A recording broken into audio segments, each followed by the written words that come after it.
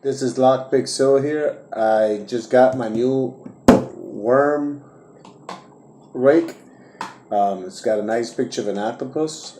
I also received a sparrow worm. So, it can get into places this one might not get, and it's also thinner.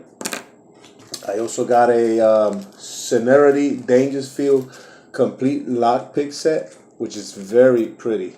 I mean, but my main goal is to try to lockpick this Magnum M1 Master Lock with this new worm rake. I'm gonna close it and let's see if I can get it open. Okay.